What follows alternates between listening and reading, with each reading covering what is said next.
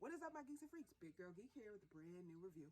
And we're back for Lovecraft Country, Season 1, Episode 9, Rewind 1921. So was this episode geek or was it week? Let's get into it. Alright, you guys, I can't believe we're back for Lovecraft Country. One more episode into the season finale. Before we get into it, please do hit the subscribe button. Don't forget to thumbs up, like if you like this video, leave a comment, share, do all of that for your girl. Alright, so episode for me was completely geek. I'm gonna say right off the bat.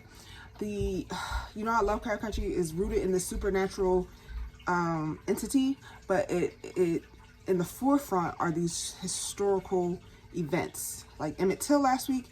This week is the massacre of 1921 in Tulsa. If you're unfamiliar with that, please do Google it. White people just decided to take up arms and go and destroy a bunch of black businesses, homes, and murder a bunch of black people just for no reason, because that's what they just felt like doing that day. And it was horrible, and it was just horrible. It was just horrible. I mean, Google it. It's just horrible. So that's what this episode was about, 1921, because we know Montrose was there, Tick's mom was there. We've learned this in previous episodes.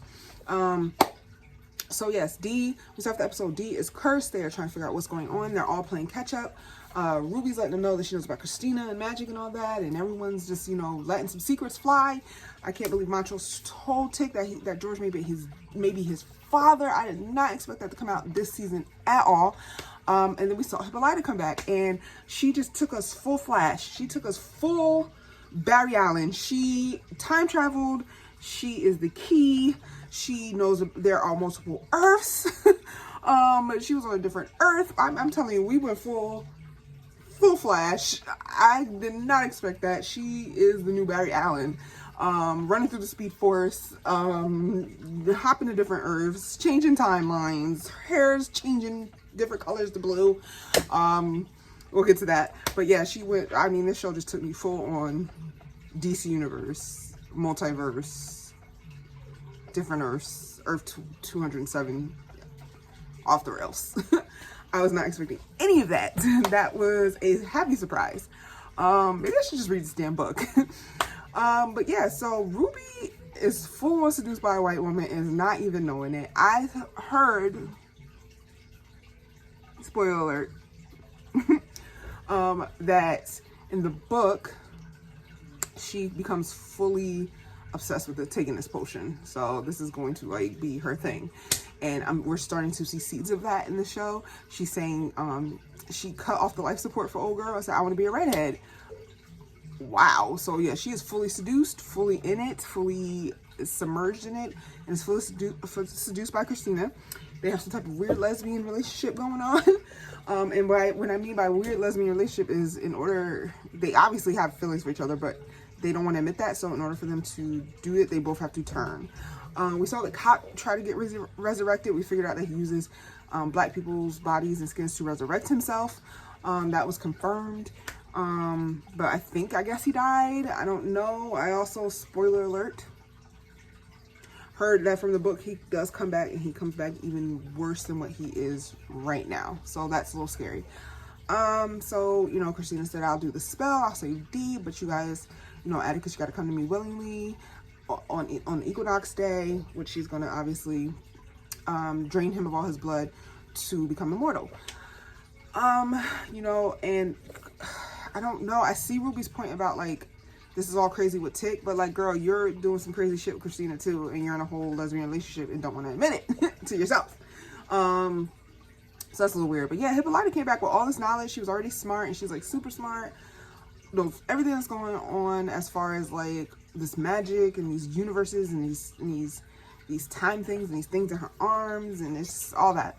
So, like, she sends Letty, Montrose, and Tick back to 1921 to get the Book of Names. And that's what Christina needs to save D.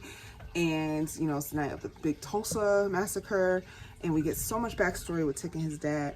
Who was the actor that played Montrose's father? I know him from so many things. Where the hell is the last thing I saw him in? I just feel like I saw him in something. But he's one of those black actors that are always in things, but I cannot think of his name. And we saw him get beat, and that's what he went through. So that's how he raised Atticus. We learn that Atticus was the stranger that saved them as children from the white people with the baseball bat. That was crazy. So this has all happened before. You know, Letty got the book of names in the house. We saw his Tick's mom's family go up in flames. I knew the grandmother from the jump knew something was up with Letty. I said, yo, she's a witch or something, or she knows about this book.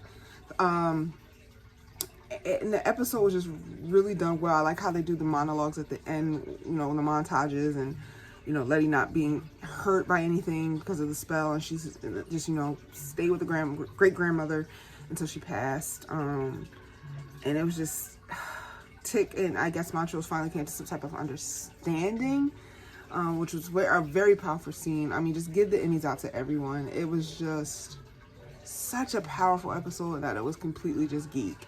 And I can't figure out if Christina is really using Ruby or if she really has feelings for her. I don't know. I think maybe she really does have feelings for her, but, you know, nobody wants to admit that because it's that time period, and we already can't deal with Montrose's sexuality, and, you know, so they're not going to come out and say they're lesbians. So they're going to be a man and a woman, white, and they can't be in an interracial relationship either.